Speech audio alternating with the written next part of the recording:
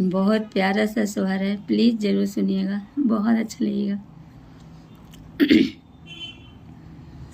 अवध में हो, अवध में जन्मे चारों भैया, अवध में जन्मे चारों भैया, अवध में भरत शत्रुघ्न लखन रघुरैया, अवध में जन्मे चारों भैया, अवध में राजा दशरथ अन्न धन लुटावस, राजा दशरथ अन्न धन लुटावस,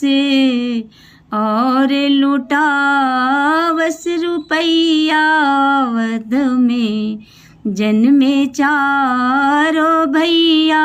अवध में भरत शत्रुघ्न लखन रघुरैया, अवध में जन्मे चारों भैया, अवध में माता कौशल्या लाड़ लड़ावस, माता कौशल्या लाड़ लड़ावस, और लड़ावस तीनों मैया,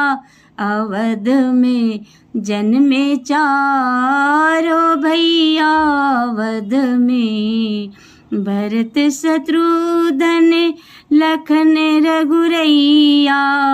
अवध में जन्मे थी।